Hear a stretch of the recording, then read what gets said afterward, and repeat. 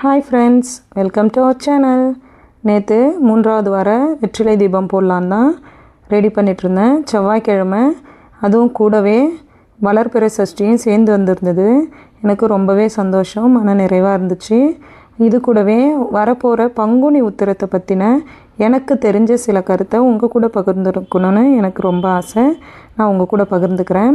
பங்குனி உத்திரம் அப்படின்னு நம்ம ஏன் சொல்கிறோம் அப்படின்னா, 12வது மாதமாக வரக்கூடிய பங்குனி மாதமும் 12வது நட்சத்திரமாக வரக்கூடிய உத்திர நட்சத்திரமும் பௌர்ணமியோடு ஒன்றா சேர்ந்து வரக்கூடிய அந்த நாளை தான் நம்ம பங்குனி உத்திரம் அப்படின்னு சொல்லிட்டு கொண்டாடுறோம்.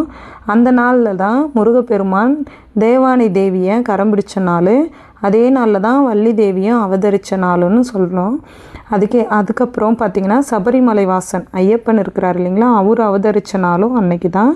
இந்த நாள் முழுவதுமே நம்ம சாப்பிடாமல் உபவாசம் இருந்து முருகனை வேண்டி நம்ம எந்த கஷ்டம் நம்மளுக்கு தீரணுமோ அந்த கஷ்டத்தை அவர் முன்னாடி பிரார்த்தனையாக வச்சு வழிபட்டு வந்தால் கண்டிப்பாக அதை நம்மளுக்கு நிறைவேற்றி கொடுப்பாரு. அது மட்டும் இல்லை, இதை பழனி மலையில் ரொம்ப சிறப்பாகவே கொண்டாடுவாங்க.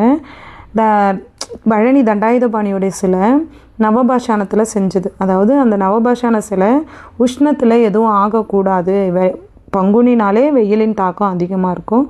அதனால் அந்த பங்குனி உத்திரத்தன்னைக்கு பழனிமலை முருகருக்கு வெறும் இளநீர் அபிஷேகம் செய்வாங்க. அந்த அபிஷேகத்தை நம்ம பார்க்கக்கூடிய வாய்ப்பு கிடைச்சா கண்டிப்பாக பாருங்கள், இல்லை டிவிலையாச்சும் பாருங்கள். அதை நம்ம பார்க்கும்போது நம்ம உடலில் இருக்கக்கூடிய சூட்டினால் வரக்கூடிய வியாதியாகட்டும், உஷ்ணத்தினால் வரக்கூடியதாக இருக்கட்டும், இல்லை தீராத நோய் பிரச்சனை இருக்கிறவங்களாகட்டும், அந்த அபிஷேகத்தை பார்க்கும்போது நம்மளுக்கு அந்த நோயோடைய தாக்கத்தை எல்லாமே நீக்கி கொடுப்பாரு.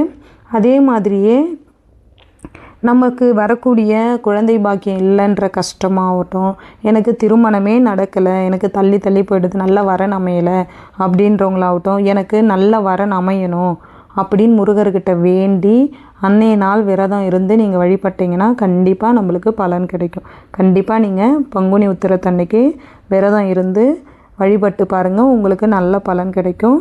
எனக்கு தெரிஞ்ச கருத்தை உங்களோட பகிர்ந்துக்கிட்டேன். உங்களுக்கு எதுவும் கருத்து தெரியும்னா எனக்கு கமெண்ட்ஸில் சொல்லுங்கள். ஃபைனலாக என்னுடைய 3வது வார வெற்றிலை தீப வழிபாடு ஏற்றிட்டு தீப தூப ஆராதனை எல்லாமே போட்டுட்டு சாமிக்கு வேல்மாறல் பாராயணம் செஞ்சுட்டு என்னுடைய வழிபாடை நான் சிறப்பாகவே முடிச்சிட்டேன். ஓம் சரவண பவ ஓம் ஷண்முகா சரணம் சரணம் சரணம், ஆறுமுகம் அருளிடும் அனுதினமும் ஏறுமுகம். ஓம் சரவண பவா ஷண்முகா சரணம் சரணம் சரணம். Bye friends.